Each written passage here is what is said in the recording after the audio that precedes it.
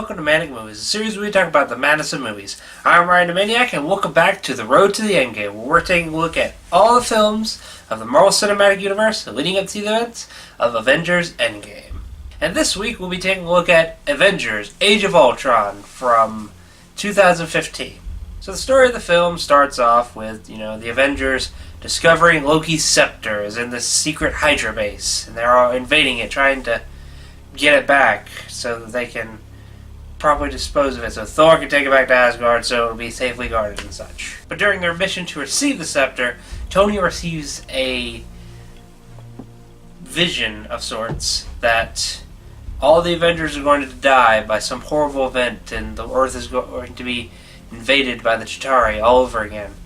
And so he decides that he needs to make a new artificial intelligence that would be able to use whatever means necessary to protect planet Earth and bring complete peace on Earth. Only one problem. The AI, Ultron, perceives all humans as a threat, and so he sets out to destroy all of humanity so that the world can evolve into a world of metal, and the Avengers have to stop him. So this is the second Avengers film, the follow-up to the original 2012 that was big hit, and this one was just kind of okay by comparison. I mean, I personally think it's still a good film. It's not nearly as bad as a lot of other people made it out to be, and it's a good film in its own right, but just as a comparison to the original film, it feels a little bit like a repeat. I'll start off by saying that the film looks a lot nicer than the first one. Like, the first one, you kind of tell that they were straining the budget a little bit, so they couldn't have it be quite as clean. No widescreen edition, at least no version that I have is a widescreen edition. But you can kind of tell, it just has that feel in the first one that they were on a bit of a tighter budget, whereas this one, everybody knew, this is going to be a big moneymaker, so they could put more money into it, and therefore it looks a lot cleaner than the first one.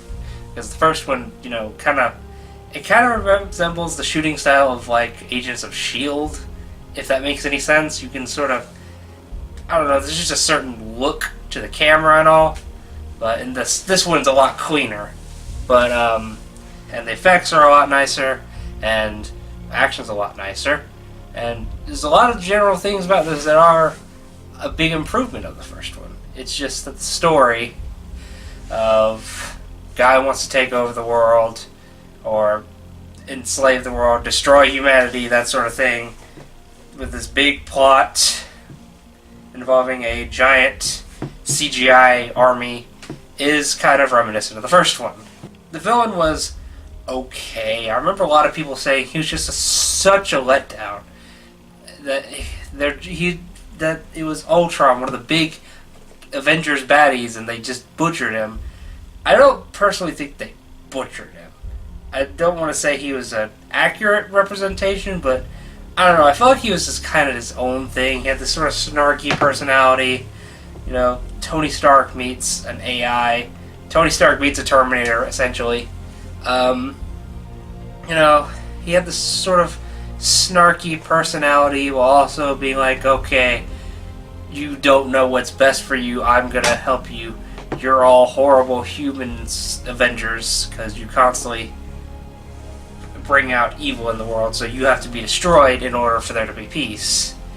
And, I don't know, it has sort of understandable motivations when you really think about it, but at the same time, they're still kind of weak, but given the motivations of some of the other villains of the past couple MCU films, kind of a lot stronger by comparison.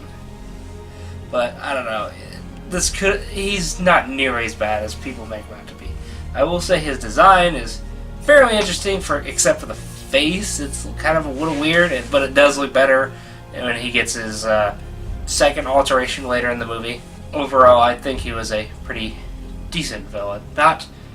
No Loki by any means, but he's better than a lot of the other MCU villains up to this point.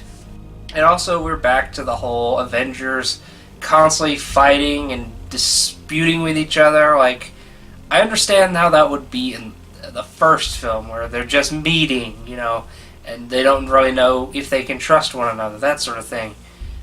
But by now, they should all be a team functioning together. They start with the movie, they're all a unit, they're all in line, all one mindset. Whereas, as the film goes on, there's the whole Tony builds Ultron, and they all have these visions of their past and such, and Hulk is suddenly now unable to control his temper like he was in the last movie. Even if he really did, it's not very clear. And I don't know, it just felt like a little bit of a step back to have them just all fighting and at each other's throats again when we just set them up as a unified team.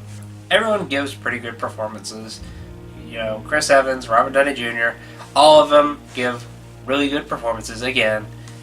I do find it interesting, though, that with this film we kind of get to delve a little bit more into some of the other side characters' backstories. Like, we learn more about Hawkeye's family. We get a little hints and pieces of Black Widow's past, being raised as an assassin, and all the things that she had to go through in that experience, and all that. And even a little bit of build-up for Thor Ragnarok, which, from what it was setting up with this film compared to what it actually got, it's very different, but, whatever. We'll discuss that movie in the future, but, I do appreciate, though, that they did start delving a little bit more into the lesser Avengers, the less popular Avengers backstories, and also introducing, Quicksilver and Scarlet Witch, who, they are only able to use them as since they're X-Men characters, they're only able to use them because they're also technically Avengers, so they kind of were able to, rework their backstories a bit, remove Magneto as their dad and that sort of thing, and make them experiments instead of mutants. It was nice to see them introduced, even though Quicksilver is, killed off near the end of the film, which is unfortunate because he was a pretty fun personality while he's on screen. We also get the introduction of a couple other elements in the MCU, like the introduction of Wakanda and Klaw, and finally the Avengers more discussing what the Infinity Stones are, and all these little things of what's to come in the future. It's nice to see that things are finally starting to catch up with everything. One of the really weird parts about this movie in particular is that there's now this subplot about Bruce Banner and Black Widow sort of having this sort of romantic relationship going on, but neither one's really outright saying anything about it. It's just Black Widow's constantly trying to give hints and signs to Bruce, and Bruce is super oblivious and doesn't realize that she's hitting on him, and I don't know, it's just sort of a weird, kind of out of nowhere romantic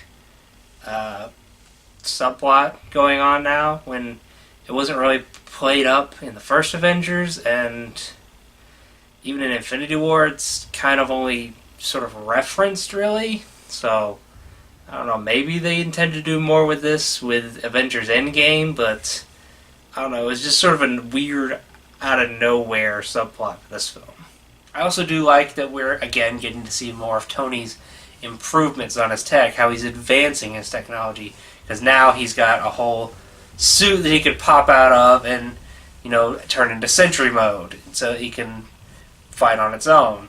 And, he's got the Hulkbuster armor that is used to take care of Hulk in the film. He's got a drone army so that he can help with, civilians, directing civilians and such. Only problem with that, though, is that it's kind of inconsistent with the ending of Iron Man 3, where it was implied that he was giving up being Iron Man, but now suddenly he's just back in the suits again. I don't know. They toy around with the idea a little bit in Infinity War, but, this is Age of Ultron. This is 3 years before Infinity War, so suddenly 2 years after I'm Iron Man, I'm done, I'm moving on with my life, to, oh wait, now I'm just Iron Man again. And I also notice with this film, you can kind of start seeing a little bit of a pattern of where Robert Downey Jr. was originally starting to try to get out of the MCU, where he was sort of trying to leave behind Iron Man. Like at the end of Iron Man 3, where he says, I'm a different person now, I can move on with my life. Or at the end of this one, he says, okay, I might retire, I might, do something else, build a farm, live there with Pepper, that sort of thing.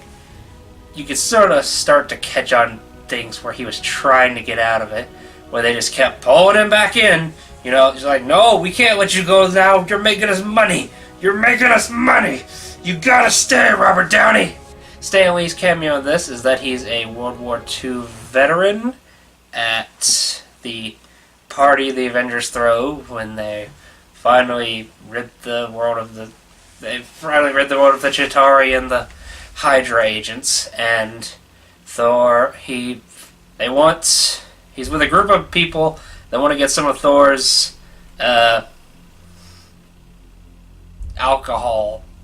special alcohol, and they say, hey, Thor, give us some, and he says, no, this was never meant for mortal men, and to which Stan Lee replies, so was Omaha Beach, Blondie, stop trying to scare us, and immediately cuts to him being drug away, barely able to stand, going, Excelsior! And also, I must once again discuss the after credits scene, in which we get another glimpse of Thanos, in which he puts on the Infinity Gauntlet for the first time and says, fine, I'll do it myself. Implying that now he's going to head out and go get the Infinity Stones and begin his conquest, only for him to not show up again for 3 more years in any films. You'd think the phrase, I'll do it myself, would mean he's going to get a move on, but he just kind of puts on the glove, and then you don't really see anything of him till, 2017, maybe. So, I don't know, that was a little weird to put that there and then have such a huge gap for when he shows up, but, whatever. This was the first appearance of the Infinity Gauntlet. No stones yet in the gauntlet, but it was nice to finally see what the glove looked like and see that, oh, he's coming to Earth, he's got something big going on, nobody knows what yet, but oh boy, he's got something going on. Yeah, overall, this was an okay film. I'd say probably the weakest out of all the Avengers film, but still, that's setting a pretty high bar compared to some of the other films of the Marvel Cinematic Universe at this point, like Incredible Hulk, Thor the Dark World, these super, very dull, forgettable films, and just there's not hardly anything reason to go back to them. And you dare to say Avengers Age of Ultron belongs in there? When there's so much better stuff in there? Compared to all that? What? But I don't know. I personally find it a good film. It's certainly the weakest out of all the Avengers films, personally, but again, it's way better than some of the other films of the Marvel Cinematic Universe at this point. So, I don't know. I'd highly recommend it. Okay, so anyways, thank you all so much for watching this video. If you liked the video, feel free to leave a like down below. You can feel free to subscribe to see more reviews like this, or you can check out my Halloween reviews, or you can check out my gaming videos, or whatever other random stuff's going on the channel at the moment. I don't know. Or, you can leave a comment down below, leaving a comment of something I should take a look at, whether it be a movie, a game, or something else. I don't know. Because you guys might have something you want me to see, and I might have something to say about it. I don't know. Leave it down below, and we'll see where it goes. But anyways, with all that being said, stay sane in the insane world, and I'll see you little loonies later.